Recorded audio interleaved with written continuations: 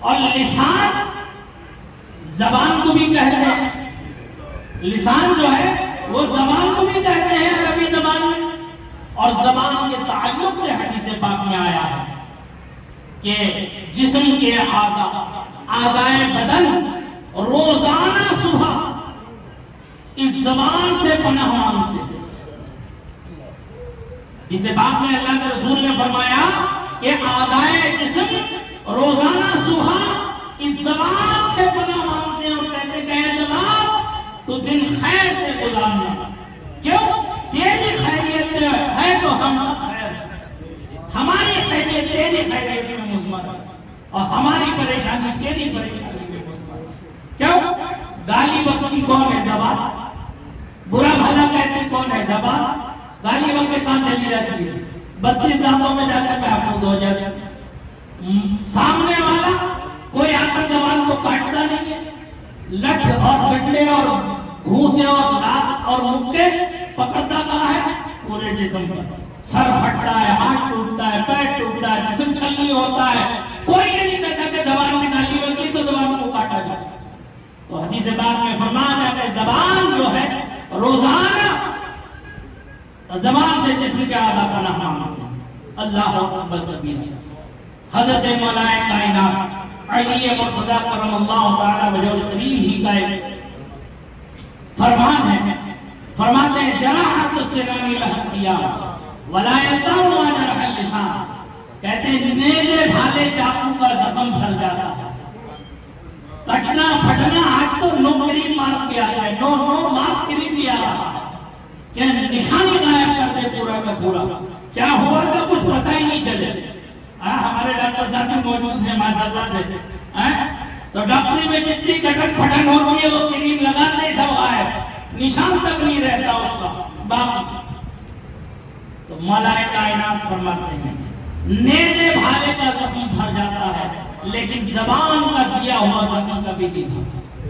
یہ جو آج کل ہمارے شہر میں فتنہ فساد مچا رہے ہیں اہل بیت اطہار کے نام پر، مولا کائنات کی محبت کا دھم بھر کے اہل سنت کے دلوں کو تکلیف پہنچا رہے ہیں. کیا یہ مولائی ہے؟ حقیقت ہے.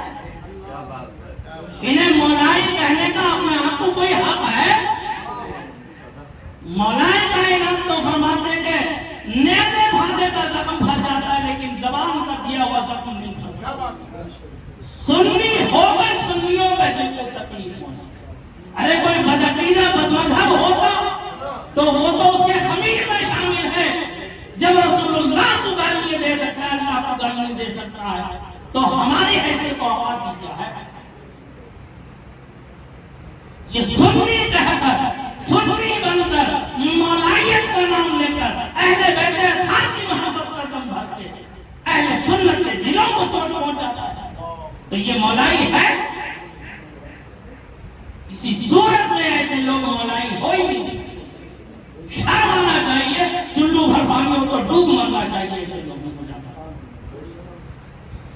جو اہل سنت کے درمیان انتشار کی صرف چند ٹکوں کی خاطر یہ ٹکر کا دے. جہاں ہڈی پڑ گئی وہاں منہ مارنا شروع کر دیا.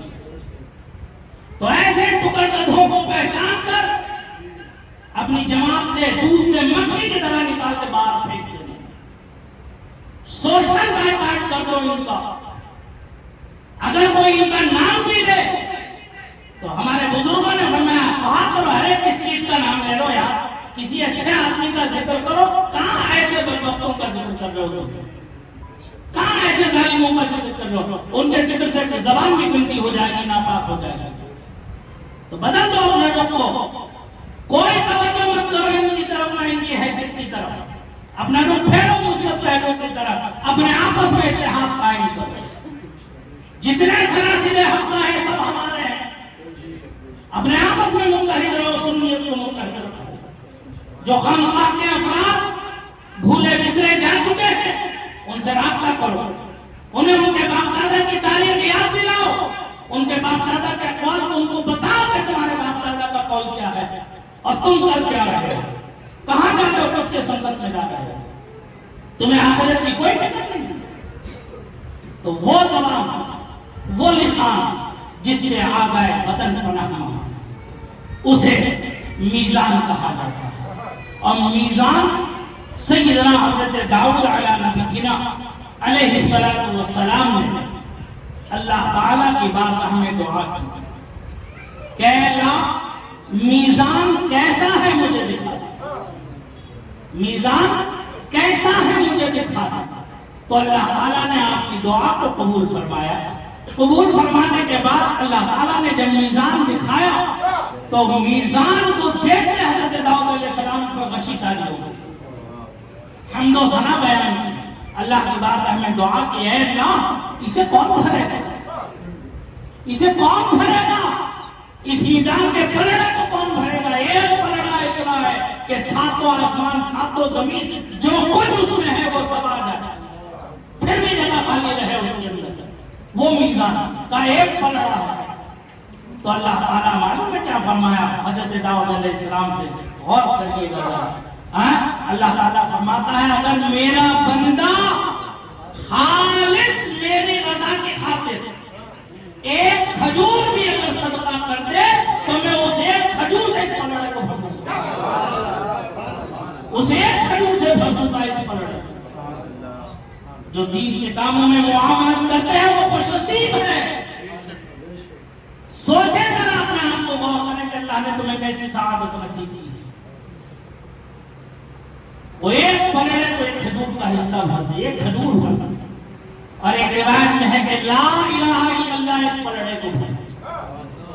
ایک روایت میں ہے حدیث پاک میں سبحان اللہ آدھا پلڑا بھر دے اور الحمدللہ آدھا پلڑا بھر دے، دونوں کو ملا کر پورا پلڑا ہو جائے گا. امام بخاری اس حدیث کی نسبت سے یہ حدیث لائے ہیں کہ اس میں سبحان تسبیح بھی ہے اور تحمید بھی ہے، سبحان اللہ کی اور بحمدہ بھی.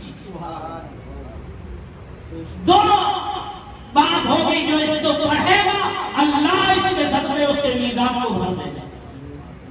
سمجھ میں آ رہی ہے؟ تو یہ وہ میزان جو ہے اللہ تعالیٰ قائم فرمائے گا. کب قائم کرے گا؟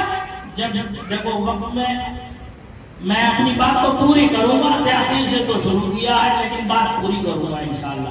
بتائیے پوری کرنا چاہیے نہیں؟ انشاءاللہ درود پاک پڑھے. اللہم صلی وسلم علی سیدنا